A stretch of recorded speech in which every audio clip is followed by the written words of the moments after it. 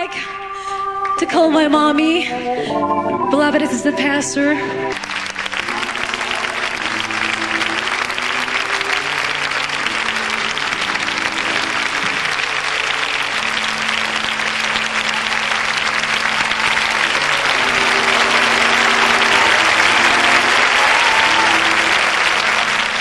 Purihin ang Diyos. Dakilain natin ang ating dakila at mapagpalang Diyos, mga minamahal. Ang pagluluwalhati at pagbibigay parangal sa Diyos na lumikha sa ating lahat. Ating inaalay sa matagumpay na gabing ito.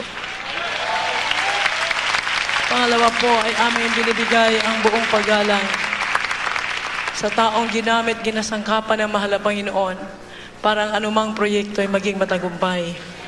Walang iba kundi ating minamahal na Evangelista, our beloved Pastor, Wildy Estrada Almeida. Ano man po ang ating isinasagawang mga proyekto, lalo na ang konsertong ito, mga minamahal. Ito po'y pawang ikaluluwalhati ng pangalan ng ating mahal na Panginoon.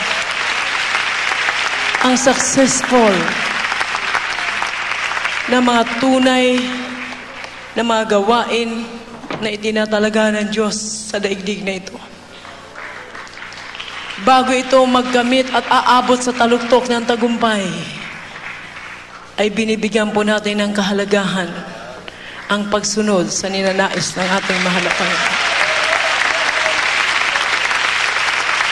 Way back 1969 up to the present, tinawag kami ng mahal na Panginoon sa simpleng pagkatawag sa hindi sukat akalain. Abutin natin ang ganitong uri ng pagluluwalhati sa ang buong akala niyo abang lingkod, mga minamahal, hanggang lamang doon sa aming pagkilala sa Diyos, ang aming katayuan. Ngunit hindi po inaakala niyo abang lingkod na sa aking pagiging asawa na isang taong wala rin pong iniisip na abutin niya ang pagtawag sa kanya na mahal na Panginoon.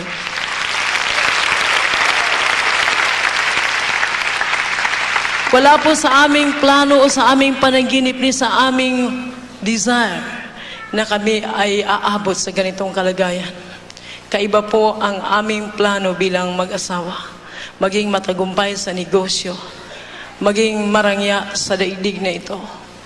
Ngunit kaiba po pala ang plano ng Diyos sa aming buhay. Sa edad na 20 taong gulang, kinasal ako sa ating mahal na Evangelista na walang kamuwang-muwang sa mundo. Hindi ko natutunan ang tinatawag na pag-asikaso ng mga bagay-bagay ay katatagumpay na aking buhay, sapat parang naglilin lang ako, umaasa lang ako sa aking mga magulang. Ngunit nung dumating ang time na kami ay nag-asawa, dati na po siyang maialam sa salita ng Diyos. Ang sabi niya, haharapin natin ang buhay bilang mag-asawa. Ngunit kaiba ang ginawa ng Diyos. Araw-araw mula nung tayo magsama, parang mayroong ibig sabihin ang mahal na Panginoon ipapagawa sa atin. Hindi po ako tumanggi, mga minamahal, hanggang sa ako ay nagkaanak ng isa. Tinawag kami na mahal na Panginoon. Yung mga umaawit na mga batang yan, panganay, pangalawa at pangatlong babies namin. Doon na po kami kinakausap na mahal na Panginoon na meron siyang layunin para sa amin. Mula po nung kami ay tumanggap sa ating mahal na Panginoon hanggang sa mga panahon na yan, tinuturuan na po kaming gumawa para sa Kanya na merong tunay na takot.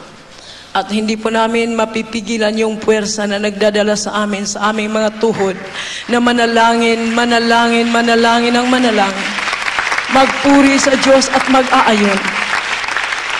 Step by step, tinuruan kami na mahal na Panginoon paano sundin ang tawag niya sa amin.